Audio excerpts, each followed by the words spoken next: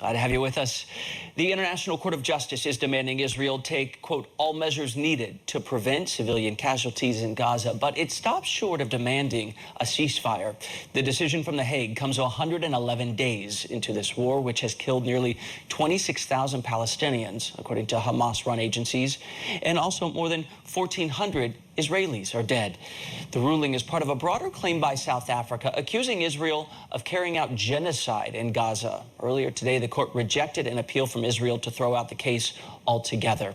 Joining us now to talk about the U.S. and how it's responding at the White House is our correspondent, Haley Bull. Haley, thanks for coming out. I know you were at the press briefing that was happening a few minutes ago when we were covering this, but the White House obviously getting questions about this. The president feeling a lot of pressure from his own base to not be so strongly behind Israel at some points.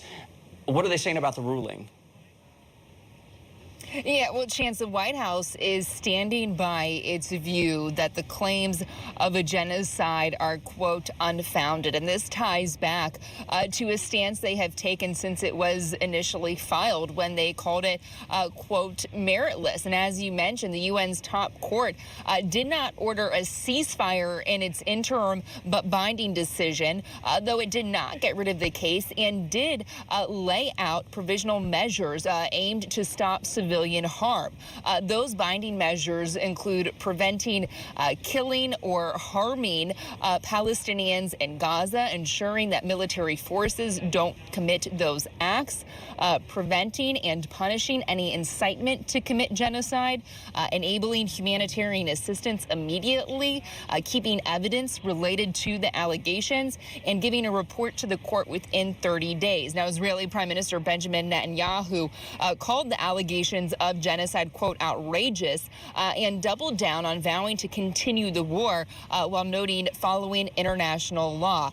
Now, here in D.C., the administration doesn't see an impact from this to its strategy of supporting Israel, while at the same time underscoring minimizing civilian harm, still not supportive of any general ceasefire, even as you mentioned, the White House and President Biden have faced more pressure on this front. Listen.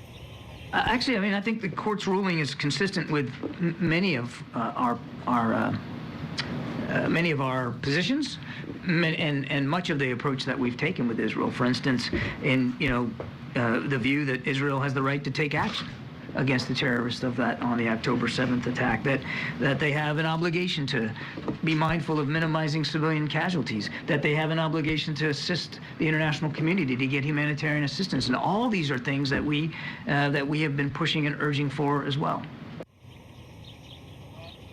Meanwhile, a key agency for delivering aid in Gaza now under criticism, the U.S. announcing that it is pausing any additional and unallocated funding for UNRWA, the UN agency that operates in Gaza, amid allegations that 12 of its employees took part in the Hamas attack on Israel. That pause continuing as those allegations are investigated. And Chance, the White House saying in this briefing this afternoon that the U.S. could consider more steps if the investigation found those allegations to be true. Yeah, that really raises eyebrows because, one, they're supposed to be a neutral party, but two, you really need mutual trust on both sides, to get that aid where it needs to go. And 12 employees potentially involved, that breaches that. So we'll see where they go from there. Haley, I found it interesting, the White House, they didn't try to conceal that the president recently told Benjamin Netanyahu, I'm not in this thing for a year. You need to give me some ideas of when this is going to be wrapping up and how it's going to be wrapping up. We continue to be involved in those hostage negotiations, I believe. What's the latest on that? Well, the White House expressing hope in progress, but notably also warning to not expect what they called imminent developments. That as President Biden spoke today, both with the Emir of Qatar as well as Egypt's president, key partners in the past deals that have been reached between Israel and Hamas. That conversation directly centered on the efforts to try to obtain another deal for hostages release. This after U.S. officials have have been in the Middle East for conversations around that. Notably, in the court's ruling today, it did call for the immediate release of the hostages, more than 100 still believed held. Now, a group representing the Americans believed held in Gaza called on the, quote, world to stand up, speak out, and intervene, and underscoring the need for a deal for them to return home immediately. Chance. Haley Bull reporting live from the White House. Thank you for the latest.